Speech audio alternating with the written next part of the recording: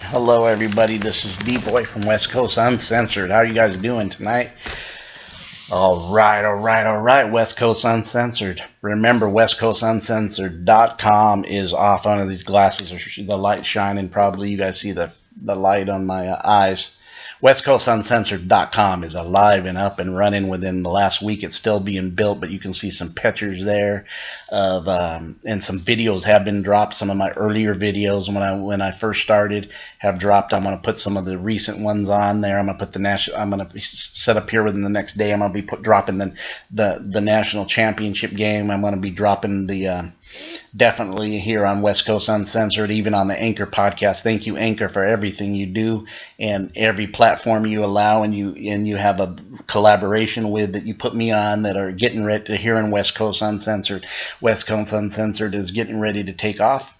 Man, hit up my website, man. Tell me what you think. Definitely want to communicate and connect.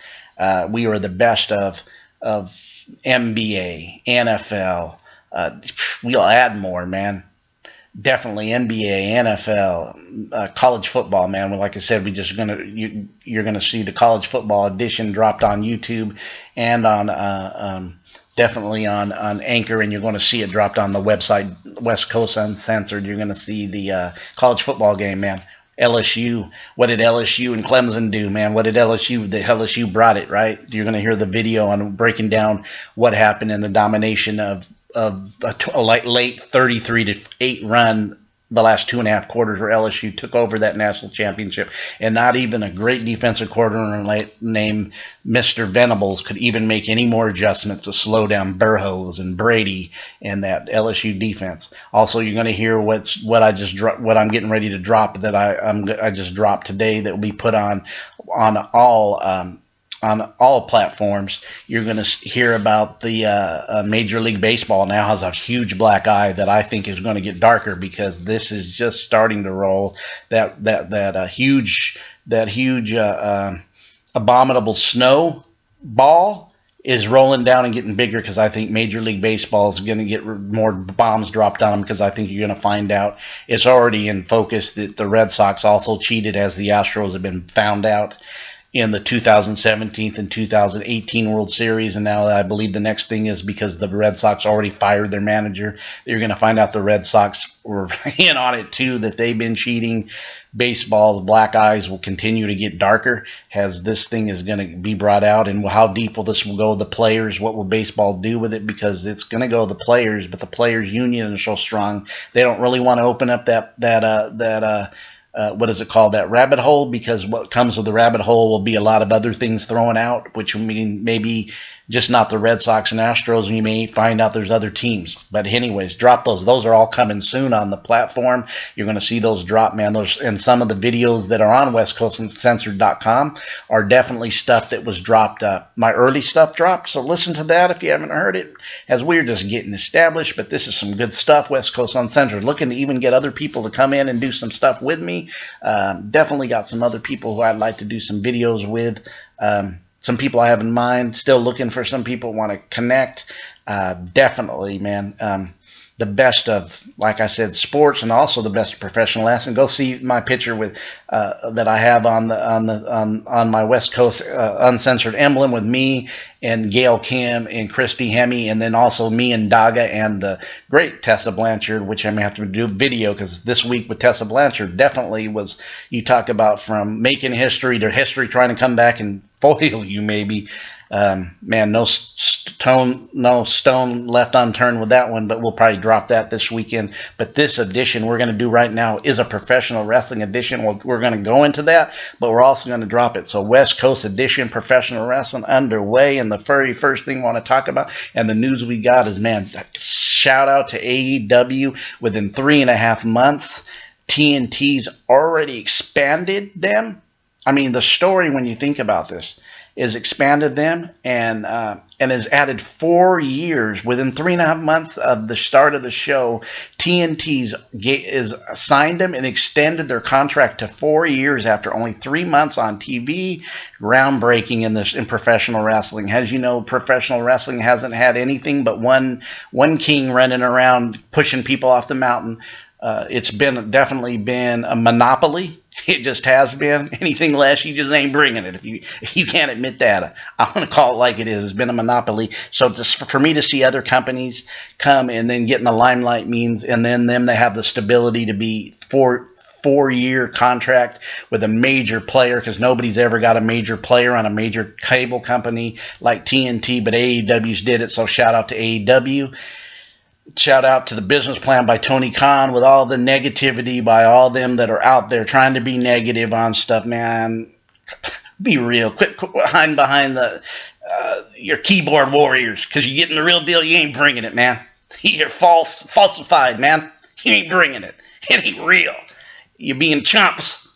So don't do that, man, because what's best for professional wrestling, and all the talent knows it, is to have more options. And definitely to have something else to watch besides one.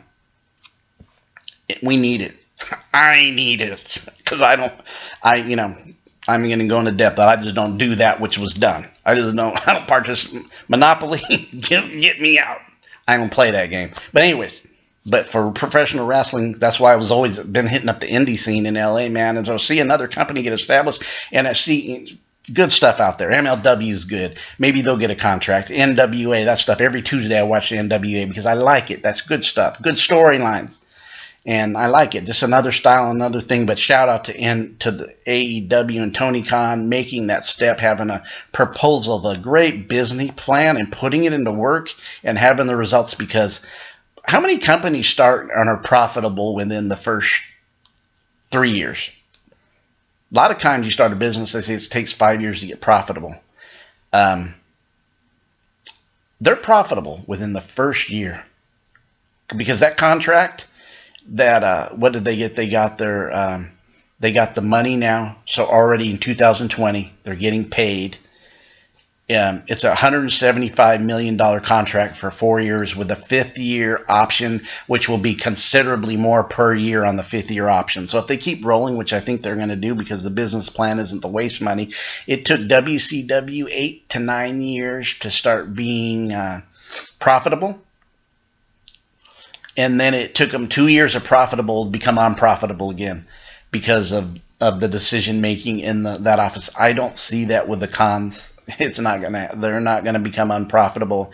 Already the new avenue how to do wrestling is not to have these house shows. That was made clear that they're not gonna do 5 and 6 nights traveling. That's an old, worn out system. It only worked when the old system was in.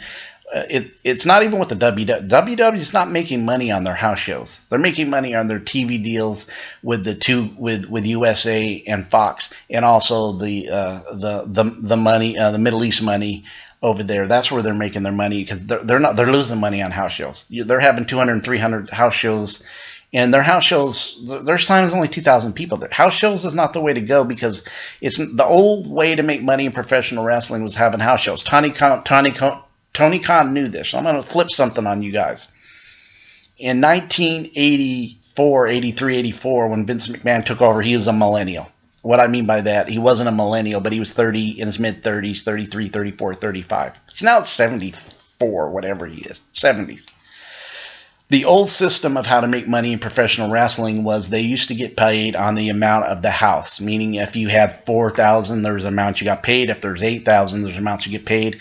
You'd want to sell the house up. So every house show, you would do your best and you would sell and you'd promote every house show, because the better the sellouts were, the better the audience that was paid is, the more the wrestlers get paid. That's the way that system works. That system's outdated. That system doesn't work.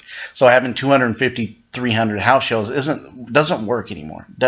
Tony Khan knew that, implemented it, this new thing. And remember, these guys and him are the millennials now, or the 33, 34, 35-year-olds now with the business mind. And then just look around the world. That's who's doing it. Times have changed. Sears and Roebuck's not around no more. Times have changed.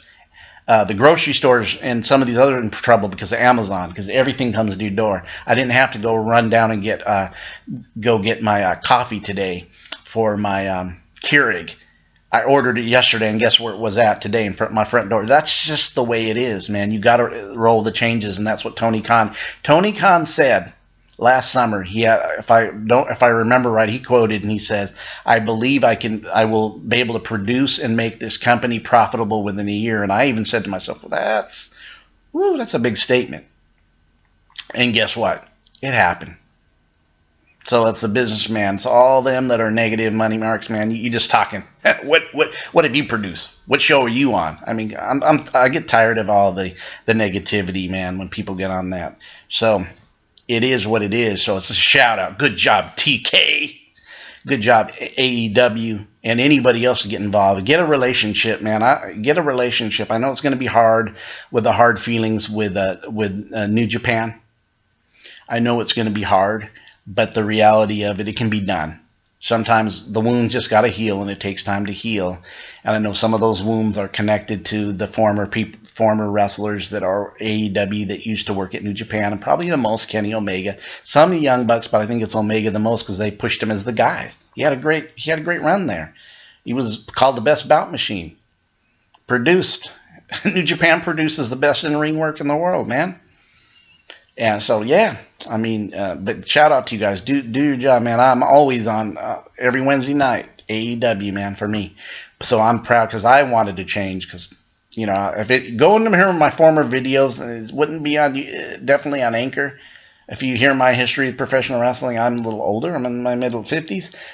I remember the days of the studio TV. I remember the days of the territories. I lived the territories as a little kid. I've seen territory wrestling in LA and in Fresno and in the Bay Area here with the different territories. Territory wrestling it is. I used to watch territory. So when things changed in that middle 80s, things changed. And it was on mission for Monopoly, man. I'm glad that somebody else has came back, and I hope the best for MLW, any of the others that are pushing and they get TV deals, whether it's Impact, MLW, and definitely any of them others that were trying in Ring of Honor, trying their best to get back on track with the situation with Marty Scurll, which I had a video and shot over there and dropped the other day about Marty Scurll and the news on about Marty Scurll signing with ROH and actually becoming like Booker and like one of the guys making decisions there, which that appears to be what's happening with Marty. So yeah, that's what's happening over there. I want him success. The more wrestling, the more options for the guys, and the more options for us to see what we want to watch. Some of the, just like saying, "Oh, you don't want to have that. They're no good. They need to foil." That's like McDonald's telling Taco Bell, "Man, we're going to run you out of business." Then in the mindset to do that, other people, man. I could have a lot to say, but I'm not going to go the negative. But anyways, the shout out on the positives. Good job, AEW. Good job, TNT, for investing in them and seeing the surplus of what it's did for your channels. And they are adding another show, I guess, in this deal is that I don't know how many months they haven't came up with a time or what day or anything, but I would think somewhere in this spring to summer you will see AEW add another, and I believe an hour show. I think you got to be watching it because there is the thing that comes with all this wrestling and all these platforms. And I think that's what's wrong with the other company. Too many wrestlers because you try to bottleneck everybody by signing the whole world when you cannot unveil all the wrestlers to everybody. And then and then having so many shows, having 6-7 hours of TV a week, it's over absorption. And I do definitely think that is definitely can be a bad thing. But I do think the business model and back to AEW, what they're doing, the business model and what they're doing, Tony Khan's a businessman, been on target and cranked that into the left field pavilion. That TV deal is cranked into that left field. That's a grand slam. That's being on your business, and everything you said about it would happen. And all the negativity of mistakes and lack of, there is. Nothing's perfect. Definitely, I could look at Monday and Friday night and I don't see perfect. I see less than. Yeah. Come on, let's be real. I can't bear it. But anyways, but anyways, let them make mistakes. That's how you grow. You learn from making mistakes. They are going to make mistakes. They are going to.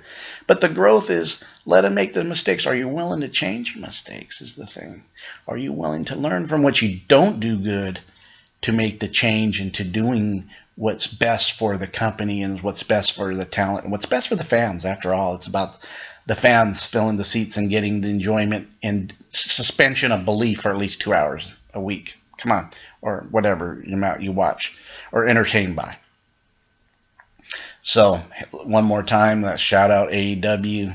Big time $175 million deal. Get to the fifth year, it goes considerably. That means they got the rights contract. No other organization in the last 20 years after WCW has got this. TNA never got this far. With all, Dixie Carter and the money of that family had, they got on national TV, but not on TNT. They never made it this far.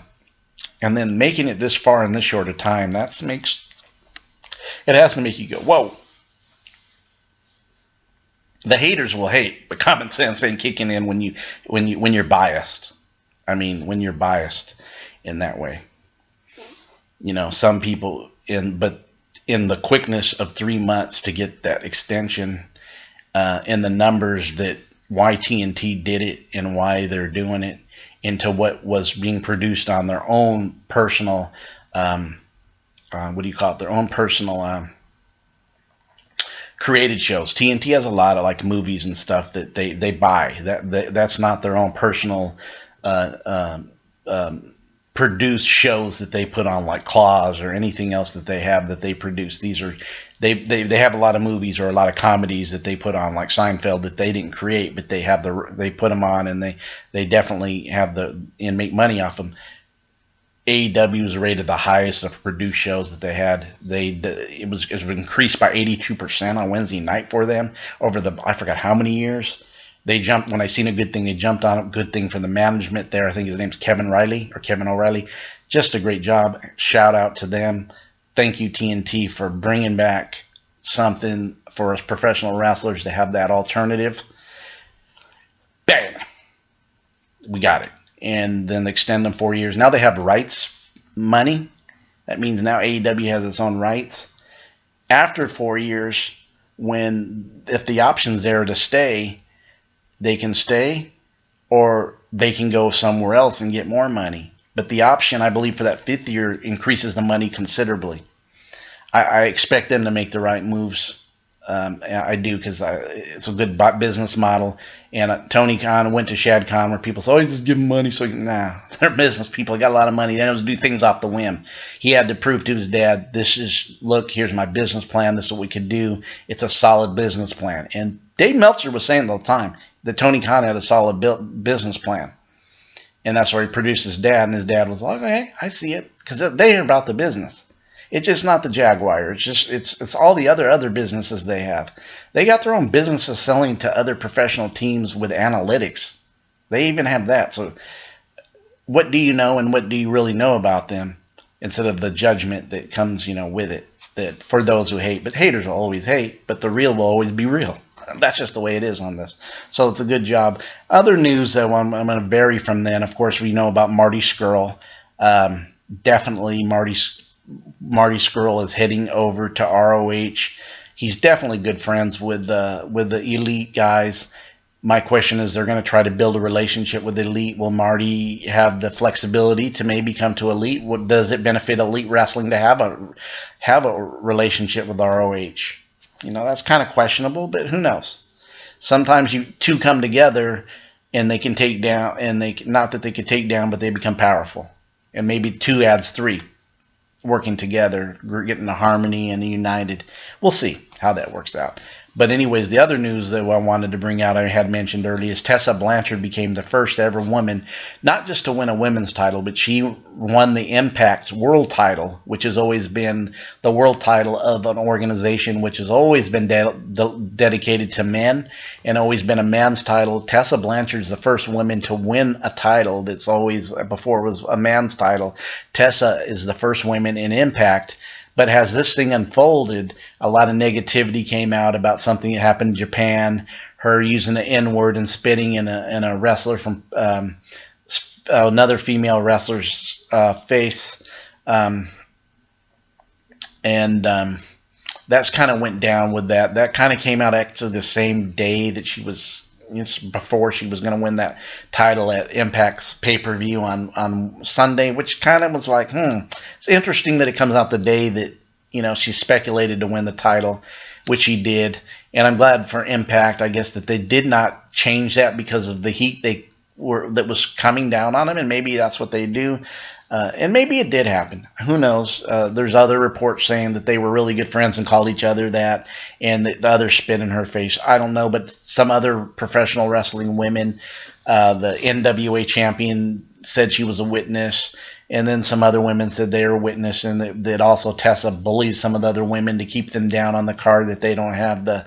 And even the woman who got spit in the face and was called the N-word didn't really want to come out and told the people who knew not to come out. So there's a lot of this going around.